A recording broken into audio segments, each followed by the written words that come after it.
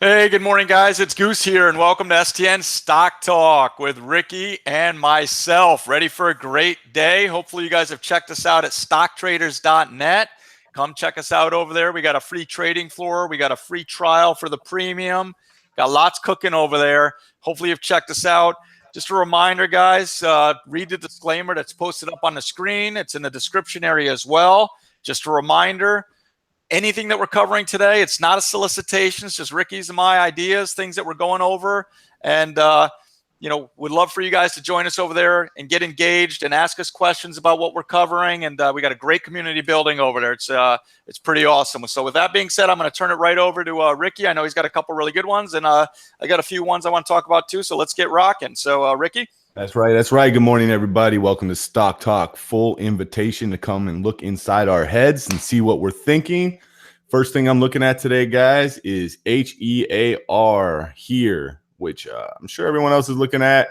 And I know people have been watching it. We were talking about it weeks ago, and I think we were telling people basically do not be shorting this because it was a very, very controlled move up. And as long as you're wearing your tinfoil hats, you may be able to follow along with this today. So they beat on earnings, right? And they even announced pre-earnings that they were going to be strong earnings, which is almost always like a surefire opposite effect type thing. Like most people know when companies say that, usually there's something in there that's just being sugar-coated.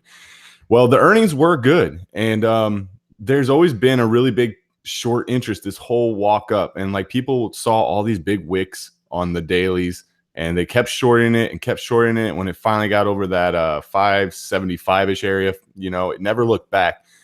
And then we had, lo and behold, right going into earnings, a big red day that triggered an SSR, right?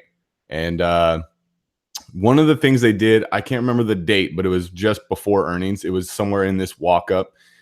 They announced that they were retiring all their outstanding Series B preferred shares. And there was a total value on those of $19.3 million. And they touted it as this huge accomplishment because they paid it off with $8.4 million in common stock, which was mostly common. And then I think like 500,000 shares of it was pre-funded warrants, meaning the people aren't gonna have to pay anything to exercise them. It's done.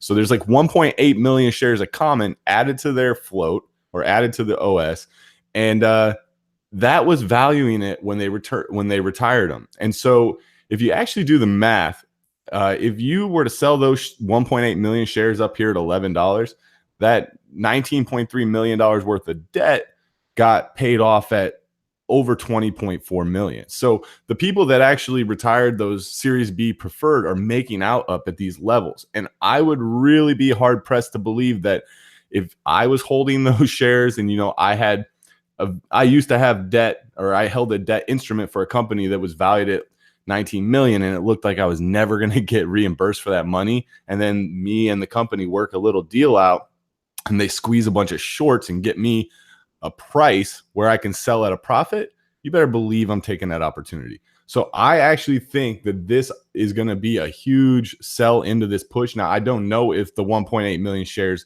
is going to be enough to kill it. It's going to depend on how much volume comes in today. But also realize there is a ton of shorts stuck in this. So like Goose and me were talking about this earlier in the room. You don't want to be first one in on this. There's going to be a lot of pops because there's going to be a lot of shorts just dying to get out of this. Now, maybe it won't fade as hard as it needs to. It does have SSR, so it's not like the retail person looking to short can short into the bid. But those people that are holding the common they got for the retirement of the Series B, they can definitely sell into the bid. So you're going to have to watch the price action on this one, guys. It has some pretty easy levels to look at. Right now, we're gapping over the Psych 10 level. And you can see where the 20 SMA is on the 20-minute chart. We've pretty much caught up to it. So that would be the first thing I'm looking at, hold it in active support. And it's also traveling right along the 5-minute 20. And if we do get under it, I'm worried that the 10 may hold. So I would actually like to see extension. If we get like 13, 14, that gets some meat on the bone and really, really gets those people that are holding that common into a much more profitable position. It's just begging them to sell into that. So that's how we're going to play that one, guys. If you don't know how we're going to play that, just come over to stocktraders.net and you can watch it live. I'm going to move on now. We're going to go to CLNE. Now, these guys are gapping up on news of a deal they struck with Total SA, which is another company that's going to basically buy a bunch of natural gas efficient or natural gas using heavy duty trucks. The deal was something to do with they're going to spend, I think, 80 million or so on 50 million common. The current OS is already 152 million. And if you count for the 5% holders and the insiders, it's still 108 million in the float. So it's huge float. And I believe the 50.8 million shares that they're going to issue to Total SA is actually newly issued because they're having to vote on it, meaning it's not something that they can just dole out. So I think this is actually going to be really hard for them to hold this gap. They had 36 million end of year cash. They were slightly cash flow negative for the previous year. But to me, this play is not about the financials as much as it is the bloated float. It rarely gaps up. And I went back like 3 years, and even when it does gap up, it rarely holds those gaps. The only thing that should be noted is that they have earnings after close today. So that would be the only thing I think that could possibly keep the price up here where it's at. I think actually right now we just did the gap close. The gap closes up here around 240-ish. So yeah, pre-market closed the gap. We'll see if it can close the gap with regular trading hours. I would actually be interested up here around 260. But as always, the price action is going to have to dictate how we get our entries. The last thing I'm looking at, guys, is SEDG, and this one is an earnings winner. They had good earnings. They had good guidance. And if you look at what they did last earnings, look, they built a 3-month base from the previous earnings. They gapped over the level, and it was a gap and go, and it actually was a multi-day runner. And we covered this one last earnings. Goose covered this retrace. These guys have great price action. They trade real well. The only thing I don't like is that it's a 5-cent ticker. But at these prices up in the $50 range, the 5-cent tick doesn't affect you as much as it does when we're talking about these cheaper tickers. So I just want to pull up the daily chart. And I want to notice a few things, guys. First, we've been holding 50, which is a very key psych level. Also, we've been holding the 50-day. Also, we're holding the 20. And we also just had a low, which was actually right in line with a double bottom, right? So right at that 50 level. And when we pushed up, we had a pullback that tested both these key moving averages. And now we're breaking above that possibly, right? So the break over 58, let's call it, is what I'm looking for. And I think this thing has some actual potential. I think 60 is obviously the first key area to lock some profit in. We're going to see how it opens if it gives us a setup, but I am definitely looking long on SEDG. That's everything for me, guys. I'm going to pass it over to Goose, and we're going to get this day crack-a-lacking. Sounds great, man. Great job as always. CLNE, by the way, I really liked it.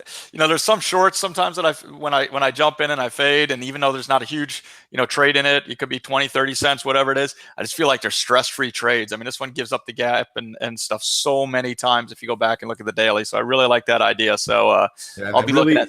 I really doubt that it's going to be a ripper. Yeah, that's exactly right. I feel like it's one of those. It'll be probably a pretty stress-free trade for me if it sets up nicely. So I'm going to jump right into my first, and it's going to be EXEL, and this is a little bit out of whack because it's come in a little bit more since I put it up. It was up towards 20. I know it's not a lot, but from what I'm looking for out of the name, it means a lot to me because my initial thought on this was kind of off a retrace and a push back up into this, $20.50 to $21 area for a fade. They missed a primary endpoint. It came out, and I was hoping for like a little surge at the open, and I saw, a little after 8 o'clock, it pushed up on that 20.50. Then that's kind of where I'm hoping that it pushes back up on again. And I like the fade idea on this.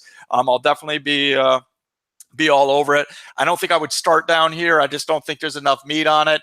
I do look at this though, and it looks like it's, pretty much broken to me. It's going to be under the, the 50, the 20, all these levels here. And I think it'll set up probably for a multi-day fade, but we'll see what happens. But for today, I'm hoping for some sort of shove or imbalance at the open to push it back up into those mid 20s. I don't mind starting a little bit lower, maybe 20, 30, something like that. But I will be patient. If it doesn't set up, and I'll move on. But now it's continuing to come in, so we'll see what happens. I'm going to move on to my next one, and this is another funny one, and this is a ZAGG, and this stock was actually, obviously it was strong. It came up on good numbers, I think it was, and it looks pretty decent. But here's the thing on this: when I looked into it a little bit more, their 2018 guidance kind of just was in line with their numbers. So I'm not sure that this is going to sustain this type of gap that it pushed up on. And what I was looking at is two things. You got the 200-day right here, as well as this prior levels and this consolidation. So what I'm hoping today, I'm not sure we're going to get it, would be a push up in these prior levels, which would be up into the 215 to 1550 area. Let me see it stuff one time, and I'll definitely be all over it for a fade. So that's what I'm going to be looking at. I don't want to really start too low on this thing. As you can see, if it really breaks through this 1470 area from yesterday, I wouldn't be surprised to see it make a little push into there. So this is kind of the area where I'm going to be looking for a fade, which is yesterday's levels at 15 to 1550 area. And I'll just wait for, a lower high on this or some sort of stuff move, which I see a big spurt in volume that doesn't go higher, maybe on that second or third candle, I'll take the trade. And I'll be looking for a fade back into this 14 to 1450 area initially to take some maybe even lower. So I think there's a nice possibility on ZAGG to set up. We'll have to see how it goes. Lastly, I know I've covered this name a few times, and it's been a good trader for me. So I'm going to go right back to it, and that's ROKU, ROKU. And everything looks good on ROKU, and I'll tell you something about the chart too. It looks really good. So you look at the daily here. This would have been, without any news or anything, this would have been a big thing for me. And what I mean by that is when this closes over the 50-day and the 20-day, my little buzzers go off, and I like that. So you can see a little curl here coming up on the 20-day. How it looks, it's a beautiful daily after this retrace, and now it's actually above here, and it's gapping up into this 39 area pre-market. So what I was looking at initially was I drew a little retrace based on the the levels that I'm looking at with the prior close, and you come up around 37, where 60% pullback, which is right in line if you look to right on this pivot line for me. So I like this 37 area for a pullback.